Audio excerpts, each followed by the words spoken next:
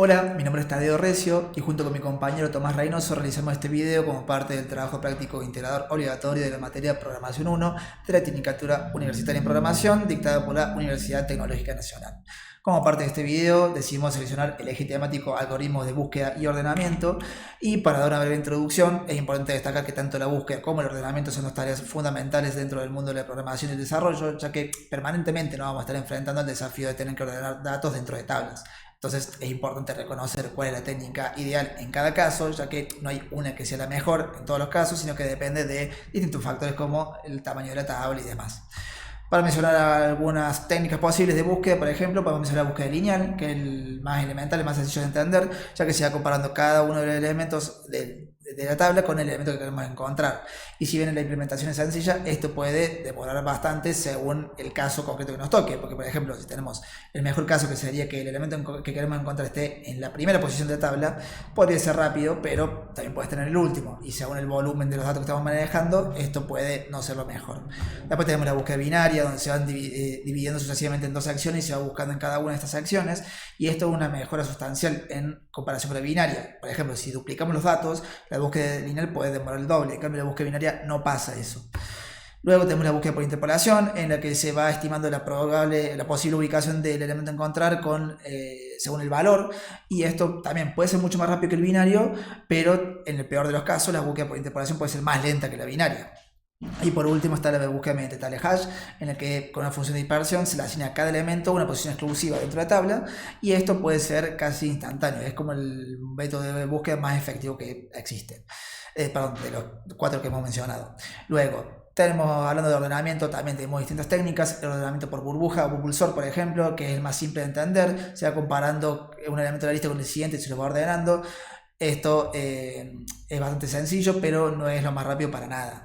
Por ejemplo, después tenemos el selection sort u ordenamiento por selección, en el que se encuentra el elemento más pequeño de la lista, luego el siguiente más pequeño, y así se va ordenando de menos a más. Y esto es una mejora también bastante mejor, que una mejora considerable en comparación con el Google Sort. Ordenamiento por inserción, en el que se va insertando cada elemento en su posición correcta, pero esto va a depender de qué tan ordenada esté la lista previamente o qué tan grande sea, ya que en estos casos puede ser peor. Y para terminar tenemos el quicksort, ordenamiento rápido, en el que se va dividiendo en dos partes sucesivamente y se va ordenando, y como dice el nombre, este es bastante más rápido, es lo que se usa por defecto en muchas librerías de lenguaje de programación. Y por último, parecido, ordenamiento por mezcla, también se divide en dos partes, pero se ordena por separado y luego se la fusiona. Entonces, eso fue un poquito como para dar el marco teórico del tema elegido. Ahora dejo a mi compañero Tomás Reynoso para que cuente el caso práctico y el código realizado. Muchas gracias. Bueno, como caso práctico nosotros pensamos en una situación que puede llegar a darse en la vida real y que puede llegar a ser útil en algún sistema similar, ¿no? Nosotros pensamos en una situación en la que tenemos una universidad, por ejemplo, ¿no? Un sistema educativo, en el cual necesitamos filtrar cierta cantidad de estudiantes según su calificación, ¿no?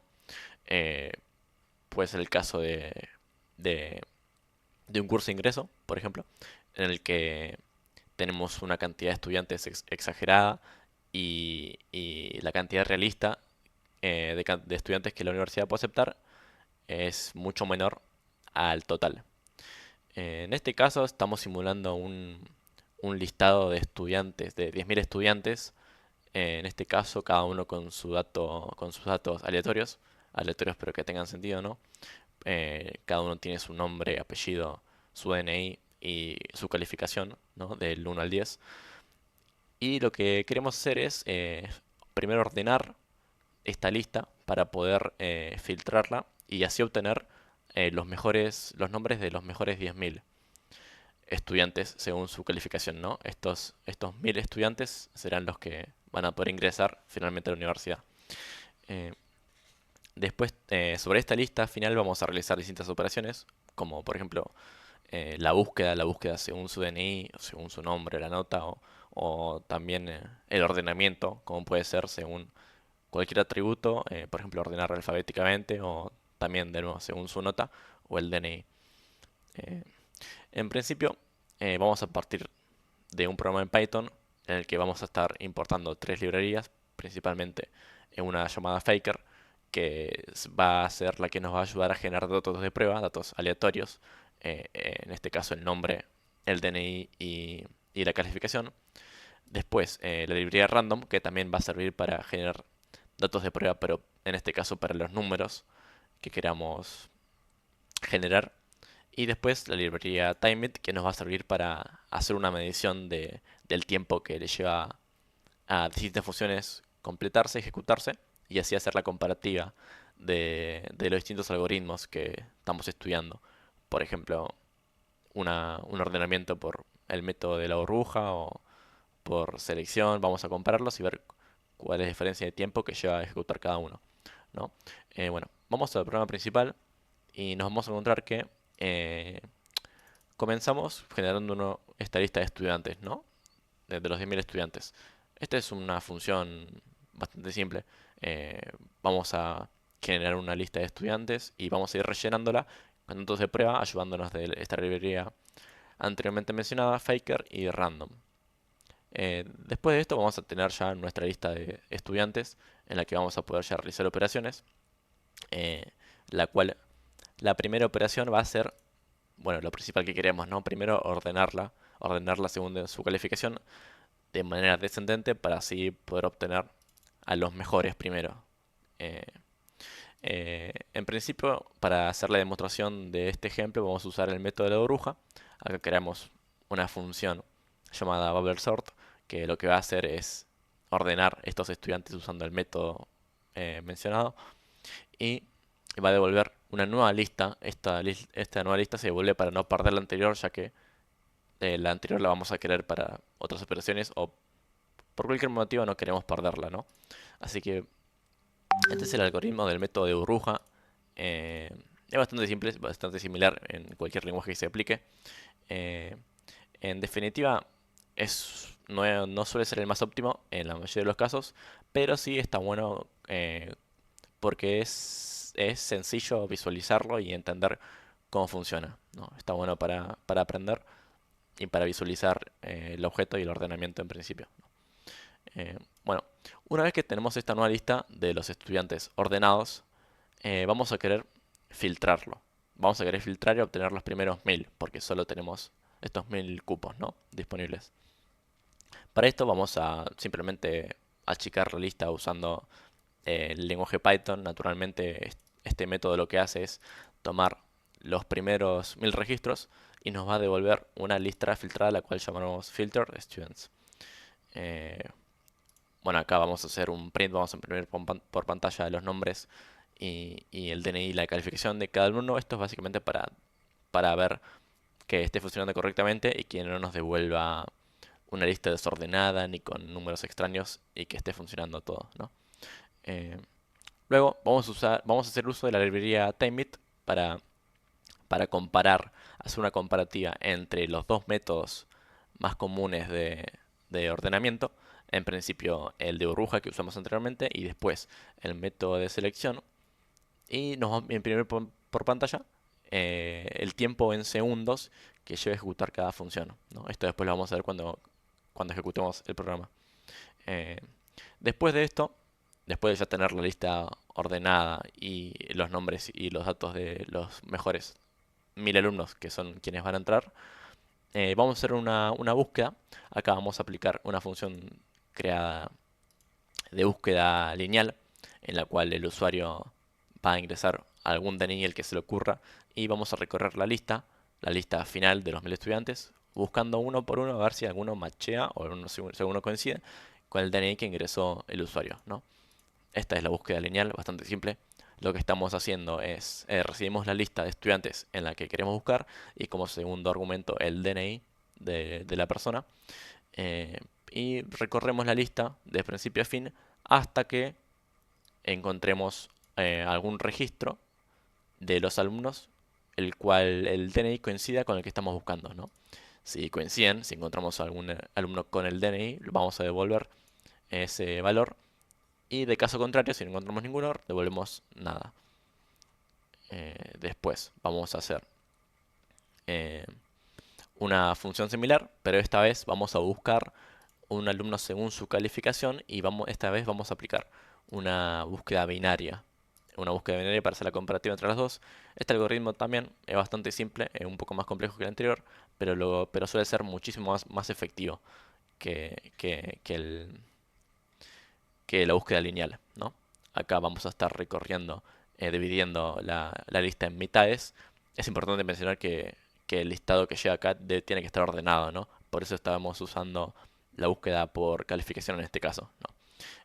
Tenemos que recibir una lista ordenada. En este caso, las calificaciones ya están ordenadas, porque primero lo ordenamos de mayor a menor y luego tomamos los primeros 1000 registros. Entonces, una vez que busquemos alguna calificación, va a ser muchísimo más rápido esta búsqueda, ya que contamos con este algoritmo, ¿no? Eh, Después, si en cualquiera de los dos casos, si encontramos el usuario buscado, vamos a imprimirlo por pantalla. Del caso contrario, vamos a decir que no se ha encontrado el registro. Ahora voy a ejecutar el programa para que veamos cómo funciona y vamos a ir explicando un poco más detalladamente. A ver, acá se puede ver en la consola lo que voy a imprimir. En principio debería imprimir los primeros 1000 estudiantes con mejor calificación. A ver, acá tenemos el listado bastante grande. Acá vemos el nombre, el DNI y la calificación de cada uno. Estos son nombres generados por la librería Faker. Después, DNI generados por la librería Random. Y finalmente las calificaciones también generadas por la librería Random, ¿no? Partimos desde la base que los primeros 5 registros tienen un 10, así que vemos que está bien ordenado. Después va bajando, ¿no? 9.99, 98, 96, así, hasta llegar al último, al estudiante número 1000, que tendrá una calificación de 9.13. Así acá tenemos los 1000 registros ordenados de manera descendente según su calificación, ¿no? Acá vamos a ver impreso por pantalla el tiempo que lleva a ejecutar cada función de búsqueda. En principio el método de burbuja vemos que tardó 6 segundos, un poquito más que 6 segundos, para ordenar el listado de 10.000 registros, ¿no?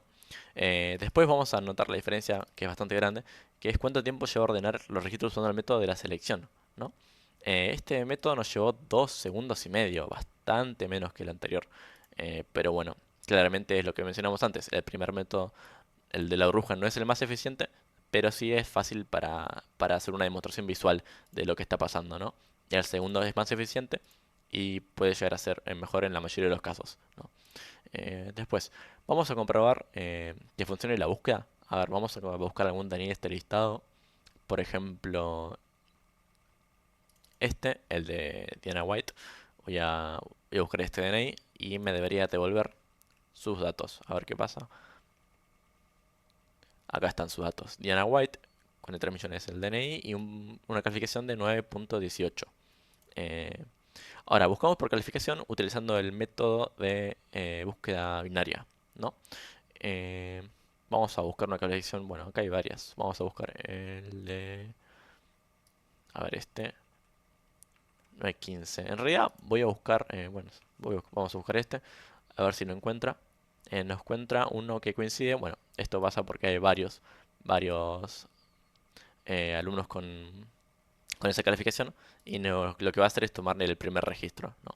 Pero bueno, este es un ejemplo porque estamos demostrando la diferencia y las distintas opciones, ya que cuando hablamos de ordenamiento y búsqueda hay distintas formas de lograr el mismo resultado, algunas más eficientes que otras, y principalmente es importante acordarse de que la complejidad y el tiempo que lleva va a depender principalmente sobre el listado que estemos recorriendo, ¿no? Su tipo, cómo es la estructura. Más que nada, la respuesta final es que depende que el algoritmo sea el mejor cuando queremos decidir cuál usar o cuál no. Bueno, va a depender de la lista que queramos evaluar. Y finalmente, bueno, esto fue el programa. Vimos ordenamiento de los dos tipos más conocidos, también la búsqueda usando los dos algoritmos más conocidos y vimos la comparativa entre ambos comparándolos por su complejidad, por el tiempo que llevan y también bueno, esto sería una explicación de estos métodos en lo que sería lo útil en la vida real, ¿no? Bueno, eso es todo.